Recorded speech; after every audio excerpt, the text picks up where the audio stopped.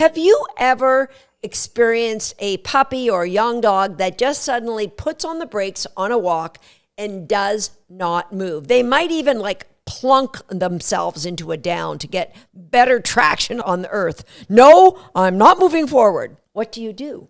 Well, what you do next has a massive impact on your dog or puppy. A lot of times this is a puppy, on your relationship with that dog or puppy, and on the likelihood that this behavior is going to come back again.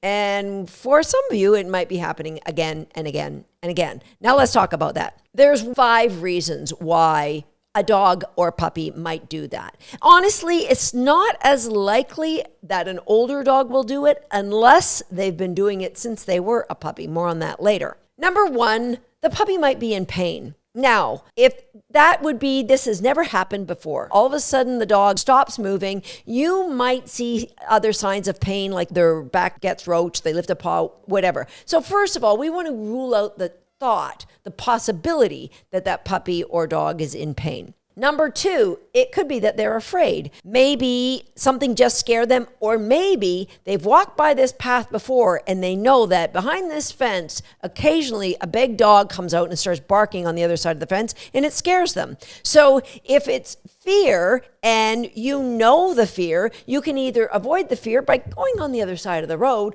or you can work to counter condition the fear. Now, fear is something we don't want to ignore because chances are it will grow in intensity if it is ignored. So we definitely want to jump on dealing with that fear right now. The third reason it might happen is the puppy's just overwhelmed. Potentially, you're asking them to walk on wet grass and they're like, oh, don't know about that. Or that you've been walking for way too long for the age of that puppy. Or they may have done some things like pulled on a leash or barked at somebody that may have annoyed you. Don't let that happen, right? And the puppy's just like, Uncle, I give up. Whatever that overwhelm is, your data collection here can really, really help. So let's say it's something as simple as I don't walk on wet grass. It's very common with smaller breed dogs, but I have seen some bigger dogs that just don't want to go on wet grass either. So again, acknowledge it, counter condition it, and avoid the wet grass until you have counter conditioned it. Something as simple as shaping them for going on a towel in your house, a dry towel. No problem at all. If you go to our YouTube channel, we've got a step-by-step video on targeting, and that's going to come in handy a little later when I have some more homework for you. Once that dog happily will jump on this towel, you're going to get it wet. Bring it out. It's damp, but it's not like sopping wet. They're going to be a little bit more reluctant, but give them high value rewards, shape them to get on and off and on and off and on and off. Then the next time you bring this towel out, they're going to be excited about jumping on it. Now we're going to put it in the freezer.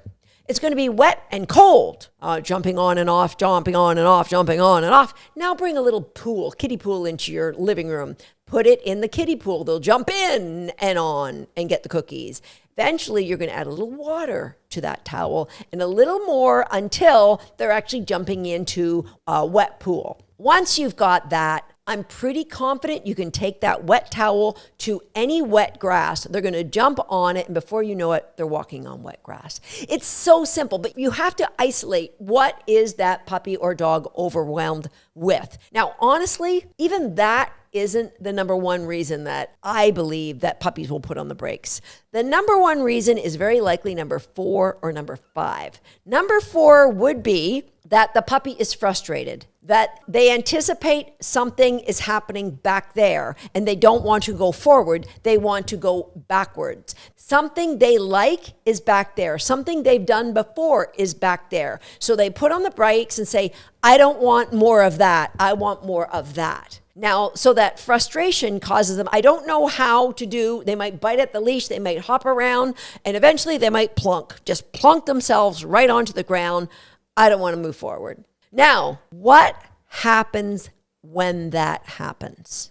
So what many people will do is talk to the puppy. Come on, buddy, that a boy, that a boy, that a boy. Or they might say, Mommy's got a cookie. Come on, Mommy's got a cookie. And they get the puppy going with a cookie. All of that might be fair game. I might do the same thing the first time it happens, but then what happens when you get home? Do you just put that puppy away and forget about it? If you do, then you get to number 5, which is a previously reinforced behavior. The dog or the puppy plunks. You say, attaboy, attaboy, attaboy, cheerlead them, coochie coo them, bring out cookies, and they go, hey, if I plunk, good things happen. So you're going to get plunking more and more frequently. Now, I did say I might give the cookies to get the puppy moving myself, but then when I get home, I don't forget about it.